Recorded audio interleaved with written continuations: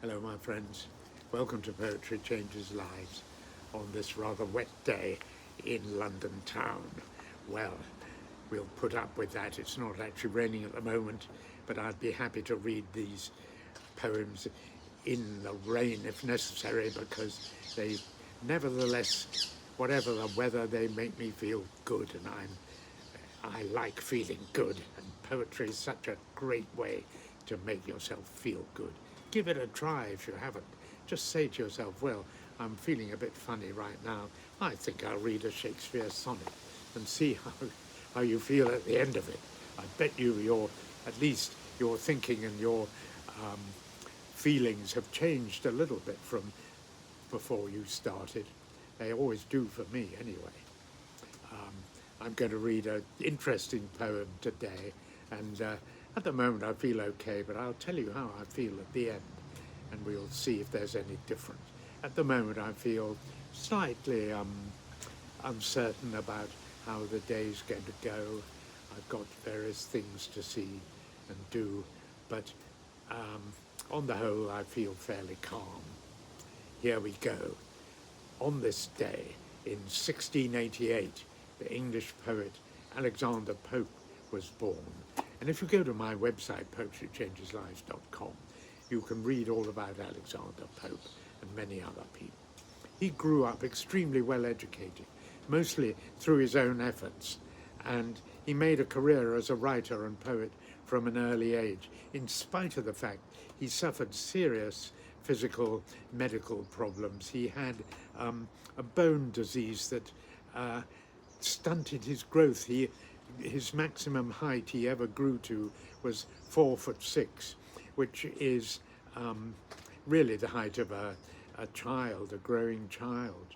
But he was nevertheless a very cheerful chap. He had the odd girlfriend or two and many, many friends, many London society of the time, and fellow poets, writers, and politicians too. He formed a club called the Scribblerus Club that focused on the writing of satire. And in spite of his social works, he wrote many things. He translated Homer's two great poems from the ancient Greek into English, the Iliad and the Odyssey, and they're very well translated, I may say.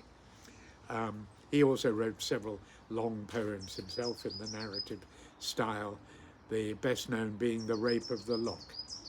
He lived in Twickenham, which is just across the river from here, and his house is still available with his garden. You can go and visit and look round and see where he lived, his garden with its famous grotto, Pope's Grotto, where he sat and entertained and wrote poetry as well, I think.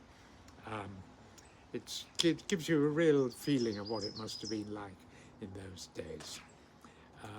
I'm going to read a poem today, not by Pope, but by one of his friends, which might have been written, for all I know, in his garden, in his grotto. It's by his friend Lady Mary Wortley Montagu, who was a delightful person by all accounts, wrote many poems, as well as being a very independent-minded person who travelled a lot, lived in Europe in many places, but was excellent company and much liked and admired by many people. I think her poetry is not bad at all. I like this one. It's called Hymn to the Moon, and as I say, it could have been written in Alexander Pope's garden. See what you think of this, and just imagine this 18th century, 17th century lady sitting there writing this. Thou silver deity of secret night, direct my footsteps through the woodland shade. Thou conscious witness of unknown delight, the lover's guardian and the muse's aid. By thy pale beams I solitary rove, to thee my tender grief confide. Serenely sweet, you gild the silent grove, my friend, my goddess, and my guide. E'en on thee, fair queen, from thy amazing height, the charms of young Endymion drew, veiled with the mantle of concealing night, with all thy greatness and thy coldness too. Well, Lady Mary Wortley Montagu, what did she have in mind there? I think she's saying, you know, the moon is a constant companion and she gains support and inspiration from it, and she's grateful for that. And I think it's a delightful poem in its way. Today I will remember the words of the Greek philosopher Epictetus. So, you too moderate your desires, that they are not too much. In other words, just keep things simple.